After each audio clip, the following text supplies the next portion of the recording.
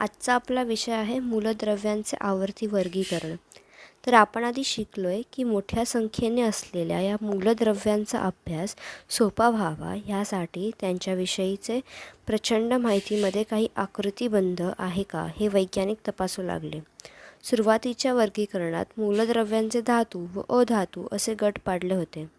पुढील काळात मूलद्रव्यांचा धातू सदृश असा नावाचा आणखी एक वर्ग लक्षात आला.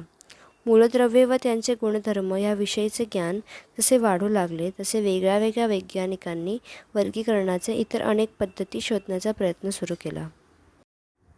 वर्गीकरणाचे प्रकार: डॉब्रायनरचे त्रिके, न्यूलँडचा अष्टकांचा नियम, मेंडेलीव्हची आवर्त सारणी आणि आधुनिक आवर्त सारणी. डॉब्रायनरची त्रिके. डॉब्रायनर ह्या जर्मन वैज्ञानिकाने मूलद्रव्यांचे गुणधर्म व त्यांची अणुवस्तुमाने यात संबंध असल्याचे सुचवले. त्याने एकासारखे रासायनिक गुणधर्म असणाऱ्या प्रत्येकी 3 मूलद्रव्यांचे गट पाडून त्यांचे त्रिके असे नाव दिले.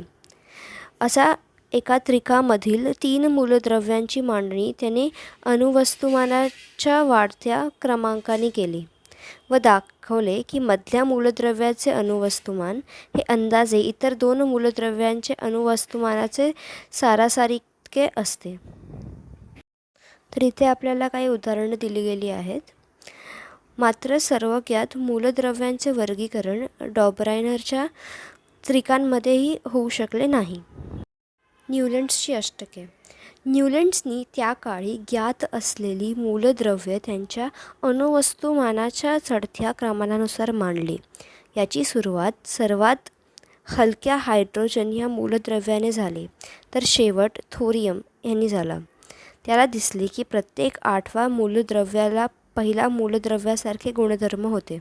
असे सोडियम हे लिथियमपासून 8वे मूलद्रव्य असून दोघांचे गुणधर्म एकसारखे होते.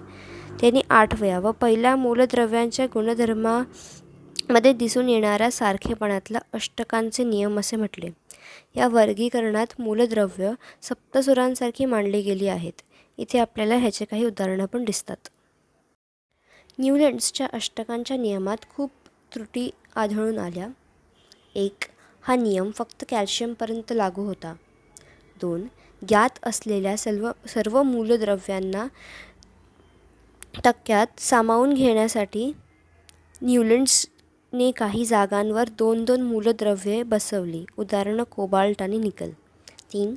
नव्याने शोध लागलेल्या मूलद्रव्यांना सामावून घेण्यासाठी न्यूलँड्सच्या अष्टकात जागा नव्हती. 4. नंतरच्या काळात शोध लागलेल्या नव्या मूलद्रव्यांना गुणधर्म न्यूलँड्सच्या अष्टकांच्या नियमात बसले नाहीत. मेंडेलीव्हची आवर्त सारणी. अणुवस्तुमान हा मूलद्रव्यांचा मूलभूत गुणधर्म प्रमाण मानून मेंडेलीव्हने त्या काळी ज्ञात असलेल्या 63 मूलद्रव्यांना त्यांच्या अणुवस्तुमानाच्या चढत्या क्रमांकाने मांडली. या मूलद्रव्यांचे भौतिक व रासायनिक गुणधर्मानुसार मेंडेलीव्हने मूलद्रव्यांच्या आवर्त सारणीची रचना केली. मेंडेलीव्ह यांनी आवर्ती नियमाचे प्रतिपादन केले. मूलद्रव्यांचे गुणधर्म हे त्यांच्या अणुवस्तुमानाचे आवर्ती फळ असतात. तर उभ्या स्तंभांना गण आणि आडव्या ओळींना आवर्त असे म्हटले. ही आहे मेंडेलीव्हची आवर्त सारणी. मेंडेलीव्हनी आत्तापर्यंत उपलब्ध असलेली माहिती ही अंतिम नसून त्यात बदल होऊ शकतो अशा विचारातून मांडणी केली. याचा परिणाम म्हणून मेंडेलीव्हच्या आवर्त सारणीत पुढील गुण दिसून येतात. गुणधर्माप्रमाणे आवर्त सारणी योग्य स्थान देता यावे म्हणून काही मूलद्रव्यांचे अणुवस्तुमान पुन्हा तपासून दुरुस्त करण्यात आले. मेंडेलीव्हने आवर्त सारणीमध्ये काही जागा तोपर्यंत शोध न लागलेल्या मूलद्रव्यांसाठी रिक्त ठेवल्या. त्यापैकी 3 अज्ञात मूलद्रव्यांचे जवळच्या ज्ञात मूलद्रव्यांवरून एका बोरॉन, एका ॲल्युमिनियम व एका सिलिकॉन अशी नावं देऊन मेंडेलीव्हने त्यांच्या अणुवस्तुमानाचे अनुक्रमे 44, 68 व 72 असे दर्शवले. इतकेच नव्हे तर त्यांच्या गुणधर्माचेही भाकीत केले. या मूलद्रव्यांचे गुणधर्म मेंडेलीव्हच्या भाकतीशी जुळणारे आढळले. या यशामुळे मेंडेलीव्हच्या आवर्त सारणीची महत्त्वाविषयी सर्वांना खात्री पटली व मूलद्रव्यांचे वर्गीकरण ही पद्धत लगेच स्वीकारली गेली. मेंडलीव्हच्या मूळ आवर्ती सारणीत राजवायूंसाठी जागा राखून ठेवलेली नव्हती, परंतु 19व्या शतकात शेवटी हिलियम, निऑन, आर्गॉन इत्यादी राजवायूंचे शोध लागल्यानंतर मेंडलीव्हने मूळ आवर्त सारणीला न धक्का लावता शून्यगण निर्माण केला व त्यात राजवायू बरोबर बसले. मेंडलीव्हच्या टेबलमधल्या त्रुटी. कोबाल्ट व निकल या मूलद्रव्यांचे पूर्णांकी अणुवस्तुमान समान असल्याने त्यांच्या क्रमाबद्दल मेंडलीव्हच्या आवर्त सारणीत संदिग्धता होती. मेंडलीव्हनी आवर्तसारणी मांडल्यानंतर खूप काळाने समस्थानिकाचे शोध लागले. समस्थानिकांचे रासायनिक गुणधर्म समान तर अणुवस्तुमान भिन्न असे असल्यामुळे मेंडलीव्हच्या आवर्तसारणीत जागा कशा प्रकारे द्यावी हे एक मोठं आव्हान उभं राहिलं.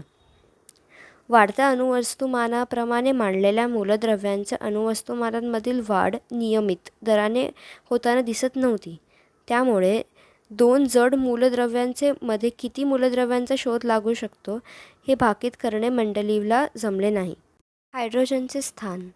हायड्रोजन हा हॅलोजनशी साम्य दर्शवतो, जसे की हायड्रोजनचे रेणुसूत्र H2 आहे, तर फ्लोरीन, क्लोरीन यांचे रेणुसूत्र अनुक्रमे F2Cl2 अशी आहेत. तसेच हायड्रोजन व अल्कधातू गण 1 यांच्या रासायनिक गुणधर्मांमध्येही साम्य आहे. हायड्रोजन व अल्कधातू यांनी क्लोरीन व ऑक्सिजन यांच्याबरोबर तयार केलेल्या संयुगाचे रेणुसूत्रांमध्ये साम्य आहे. वरील गुणधर्मांचा विचार केल्यावरती हायड्रोजनचेही जागा अल्कधातूंच्या गणात की हॅलोजनच्या गणात हे ठरवता येत नव्हतं. आधुनिक आवर्त सारणी. आवर्त सारणीचे दीर्घरूप. मोझेलचा आवर्ती नियम. हेनरी मोझेल यांनी आधुनिक आवर्ती नियम मांडला. मूलद्रव्यांचे गुणधर्म हे त्यांच्या अणुअंकांचे आवर्तीफल असतात. हे आधुनिक आवर्ती सारणीचे उदाहरण आहे. आधुनिक आवर्त सारणीमध्ये 7 आडव्या ओळी आहेत, त्या म्हणजेच 1 ते 7 आवर्त. तसेच या सारणीतील उभे 18 स्तंभ म्हणजेच 1 ते 8 गण होत. आवर्त व गण यांच्या रचनेतून चौकटी तयार होतात. या चौकटींमध्ये वरच्या बाजूला ओळींनी अणुअंक दर्शवले असतात, तर प्रत्येक चौकट ही एका मूलद्रव्याची जागा असते. धन्यवाद.